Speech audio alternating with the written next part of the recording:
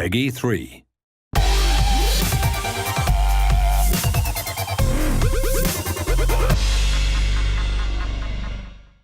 Hi, you're watching The Boot Room. I'm Matt Cuttle. This is Darren Cross from Match Magazine, and this week we're talking about dribbling, which has changed quite a bit in FIFA 14, hasn't it, Darren? Yeah, it has, particularly with regards to momentum. You know, that affects the play quite a lot this time with dribbling. So yeah, that's something you need to be familiar with. I know we've talked about it in the past, but we've also got a number of tips here that are going to help you get past your marker. Great, so for tips on momentum, go back and look at a previous show, but our first tip for today is... It's the double sprint move. It's one that I really like. It's very similar to the stop and go, which we've covered before, in that you make the defender think that you're going to do something that you're actually not. So as you're running along, you let go of the sprint button and the left stick, and you'll see your player visibly slow, just for a second or so, not completely stop, but just reduce the speed. And then you hit the left stick again in the direction that you were going originally with the sprint button.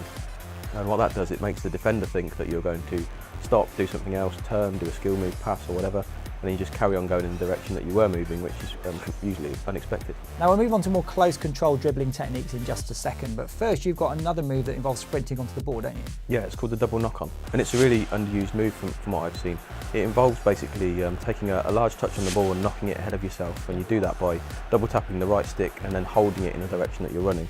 And as I say, you'll see your player kick the ball quite some distance ahead of himself, and that just gives you the room to accelerate onto it, which is great if you've got a really fast player that's perhaps not as strong as a defender that he's up against, because hopefully you've got the space then to avoid a tackle from the defender and avoid being held back and accelerate onto the ball. And it's a really, really effective move. And I guess you can get away from the defender because you're simply not having the ball under close control. Yeah, you're not slowed by the fact that you've got the ball at your feet. You are pushing it away and then taking full advantage of that extra speed that you've got, and hopefully avoiding any sort of challenge by the opposition player and running onto the ball. So what happens if you do find yourself shoulder to shoulder with a defender? Yeah, if the defender has caught me and he looks like he's going to muscle me off the ball, I hit the protect the ball button, which is left trigger, while I'm sprinting. And often what that will do is it will make my player just do a kind of hop in front of the defender and just again use his body to stop the defender from getting to the ball. It's a really useful feature, and it can really save you when it looks like you are going to be out muscled and lose possession. Now I guess not a lot of people do that because it seems counterintuitive to actually put the brakes on and hold LT. That's it. Yeah, it does obviously slow your attack. You know, you are slowing down a bit, but what you are doing is you're keeping possession because you're getting again between the ball and the defender. So it is a really useful tool. It does slow you down, but it's got what you need to do to keep the ball at that time. Otherwise, you're just going to be tackled. All right, Darren, what's your next tip? The next one is the foot feint burst, which you can do just by standing still and holding LB. This isn't a running move, it's the one when you're got a defender ahead of you and you want to bring him in and move him so that you can open up some space and burst away. So what you do is you hold LB and you'll see your man trying to flick his foot up and to feint. He's just looking like he's going to go one way or the other. You can then manipulate his movement with the left stick, so you can nudge him left, you can nudge him right, backwards. But then as the defender comes in and starts to edge one way or the other, you can use the left stick or sprint and the right stick to burst away into that space. It's just a really nice, effective move, and it looks really cool too. Now moving away from a standing move to one which is a little bit more technical, what have we got next? Yeah, the face-up dribble. It's a move that's been in FIFA 13 as well, and it's one that's really, really effective in 14. So to do it, you hold both triggers down, and then you'll see your man face the opposition player, and then you've got really precise movement then with the left stick. So again, you could feint left and go right, feint right and go left. It's all about little touches on the ball and movement just to throw the defender off and create that gap. With all the dribbling moves here, what you're looking for is creation of space. You know, if you can create a gap to burst away into, then that's what you're looking for.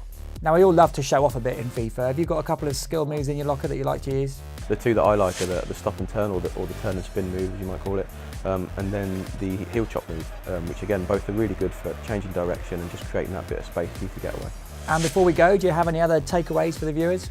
Yeah, it sounds like a really obvious one, but it's dribble with your dribblers. I mean, in FIFA 14, you really notice a difference between players with a good dribbling attribute and players that haven't got a good dribbling attribute. You know, a good dribbler takes better touches on the ball and is able to change direction quicker, which we keep coming back to this changing of direction, and that's what dribbling is all about. Great, and either look at the stats or just know which players are good dribblers in real life, I guess, and just play with those. Yeah, and if you're not sure, like you say, you can go into team management and have a flick through a player's profile, and anything in the high 70s onwards is going to be good enough to get you past someone. So this time we've looked at dribbling, so what are we going to look at next time?